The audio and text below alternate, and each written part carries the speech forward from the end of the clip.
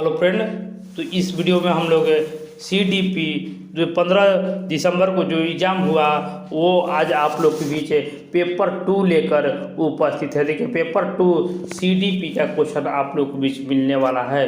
तो इस वीडियो को आप लोग भी पूरा देखिए और पर आंसर की ज़रूर मिला दीजिएगा, क्योंकि आप लोग आंसर की मिला लिए होंगे लेकिन ये आंसर की सटीक है, तो इसको आप लोग को देखकर आंसर की ज़रूर मिला लेना है। पहला क्वेश्चन है, हावर्ड गार्डनर ने प्रस्तावित किया कि बुद्धि, देखिए बुद्धि एक प्रकार का अलग अलग प्रकार से विभाजित किया जा सकता है। देखिए 4 इसका उत्तर हो जाएगा, तो 4 आप लोग किए होंगे तो आप लोग का सही है।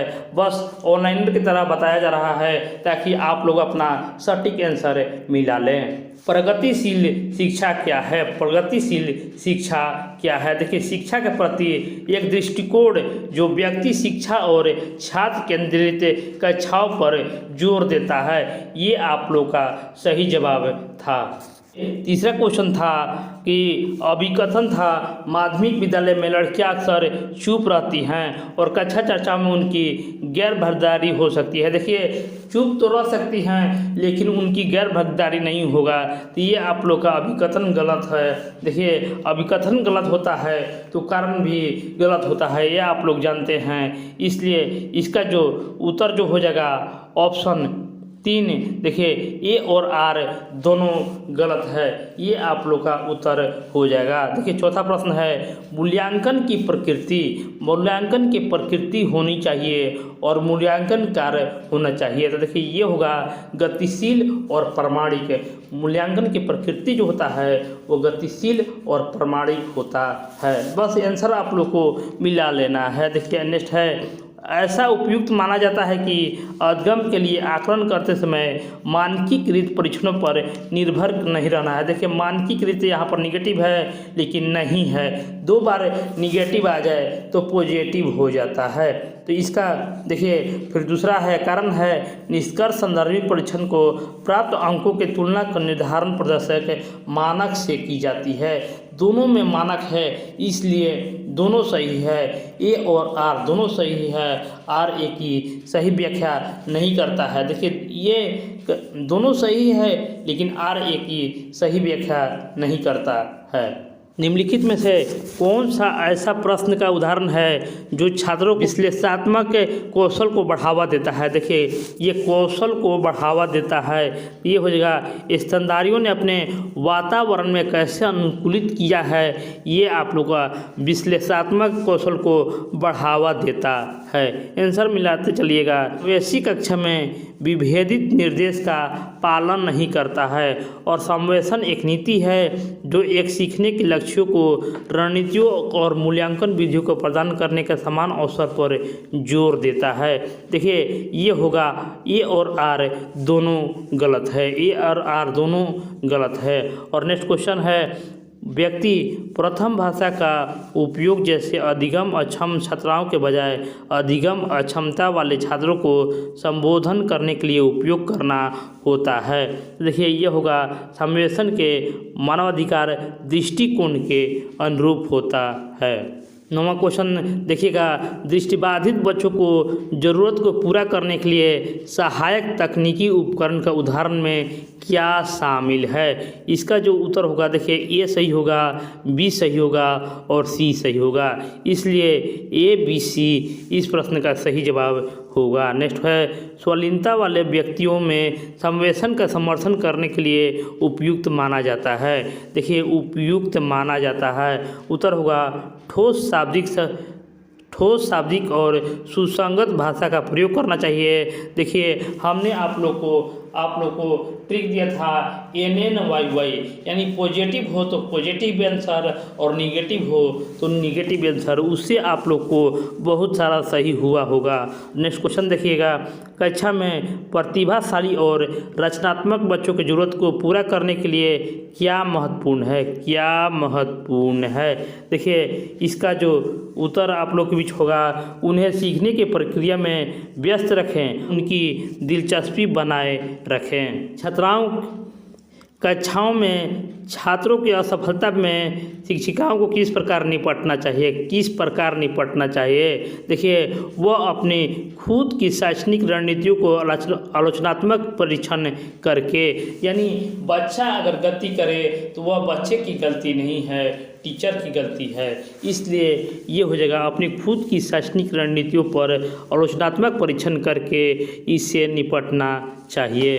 देखिए नेक्स्ट है, संरचनावादी अधिगम में पूर्व ज्ञान की क्या भूमिका होती है। पूर्व ज्ञान की क्या भूमिका होती है। देखिए, संबंध बनाने और नए अधिगम को सुगम बनाने के लिए यह पूर्व ज्ञान महत्वपूर्ण है। ये इसका सही जवाब होगा। नेक्स्ट है, एक संरचनावादी कक्षा में शिक्षक छात्रों को स्वनिर्देशन शिक्षार्थी बनने के लिए कैसे सहायता करता है। तो ये हो जाएगा, छात्रों को अपने स्वयं के सीखने की जिम्मेदारी लेने और स्वनियमन कौशल विकसित करने के लिए प्रोत्साहित करके। एक माध्यमिक विद्यालय के शिक्षिका अपनी कक्षा में छात्रों को बेहतर ढंग से समझने के लिए उनके माता पिता के साथ नियमित रूप से संपर्क में रहती हैं और समुदाय के निर्देशित करने के लिए बच्चों को कैसे और क्या पढ़ाना है, क्या सिखाना है। तो देखिए, ए और आर दोनों सही है, लेकिन ए आर की सही व्याख्या नहीं करती है, क्योंकि यहाँ पर बच्चों को कैसे सिखाना है ये टीचर अभिभावक से नहीं कहता है।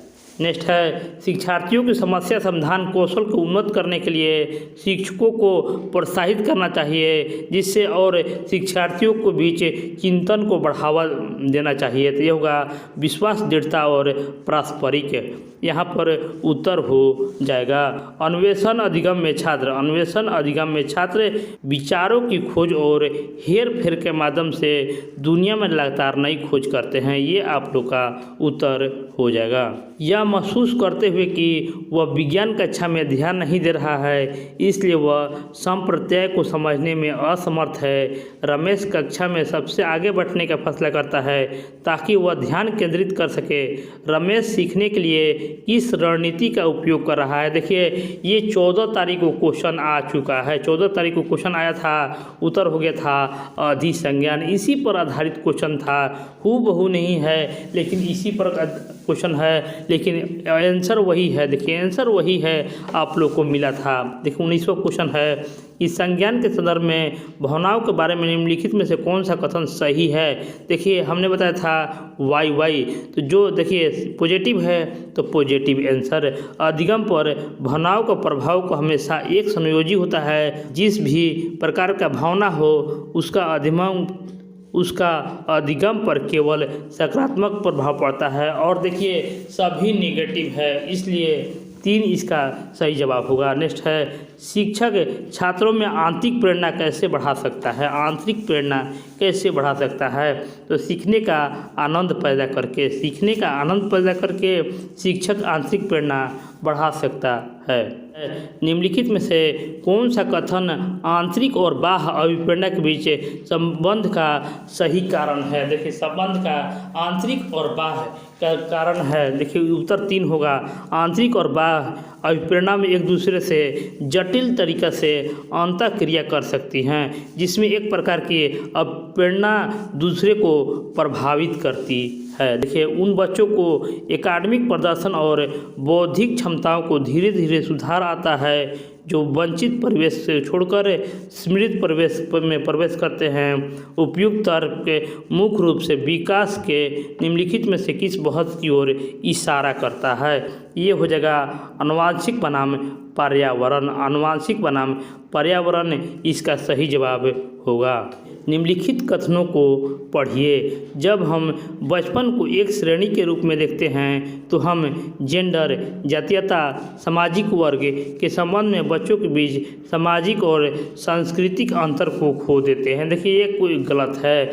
बचपन एक सामाजिक संकल्पना है, ये भी गलत है। तो ऑप्शन 3 इस प्रश्न का सही जवाब होगा। 24वां क्वेश्चन है, निम्नलिखित में से कौन सा कारक जीन पियाजे द्वारा प्रस्तावित संज्ञान में परिवर्तन कारणों परिवर्तन करने वाले कारकों में से नहीं है। देखिए यहाँ पर सांस्कृतिक उपकरण मारे होंगे तो आप लोग के सही होगा, क्योंकि सांस्कृतिक उपकरण जो है वाइगोत्स्की का है। जीन पियाजे ने माना कि सीखने की प्रक्रिया पूरी तरह से आनुवांशिकता पर निर्भर करता है और विकास आनुवांशिकता और पर्यावरण के बीच परस्पर क्रिया का परिणाम है। इसका दोनों जो हो जाएगा ए और आर दोनों सही है, ए आर की सही व्याख्या करते हैं। क्वेश्चन है, जीन पियाजे के अनुसार जब बच्चा अपने मौजूदा संज्ञानात्मक संरचनाओं के अनुसार नए अनुभव को नहीं समझ पाता तो वे अनुभव करते हैं और सहारा लेते हैं। इसका जो उत्तर जो हो जाएगा असंतुलन और अनुकूलन, कि जहाँ पियाजे को देखते हैं वहीं वाइगोत्स्की बच्चों को देखते हैं। दोनों मनोवैज्ञानिक जो है वो बच्चों को सक्रियकर्ता के रूप में देखते हैं, तो इसीलिए ऑप्शन ए विचारों को सक्रिय हेरफेरकर्ता के रूप में और सामाजिक संदर्भ में सक्रियता के रूप में देखते हैं। लॉरेंस कोहलबर्ग के सिद्धांत में नैतिक विकास की अवस्था का निर्धारण का आधार क्या है। देखिए इसमें बहुत लोग बहुत तरह का आंसर बताएं, इसका जो उत्तर होगा बी और सी। इसमें ए और सी भी हो सकता है। देखिए व्यक्ति द्वारा दिया गया उत्तर चोरी के पक्ष में या विपक्ष में या व्यक्ति का अनुकरण में अंतर्निहित तक। लेव वाइगोत्स्की के अनुसार संज्ञानात्मक विकास के मायने हैं। वाइगोत्स्की के अनुसार संज्ञानात्मक विकास का क्या मायने है। देखिए मायने जो है वो पर्यावरण को अनुकूल में ढलना। वाइगोत्स्की के अनुसार संज्ञानात्मक विकास के मायने हैं। देखिए लास्ट क्वेश्चन है, लेव वाइगोत्स्की के अनुसार शिक्षार्थियों को समीपस्थ विकास क्षेत्र के माध्यम से प्रगति में मदद करने में क्या आवश्यक भूमिका है, क्या आवश्यक भूमिका है।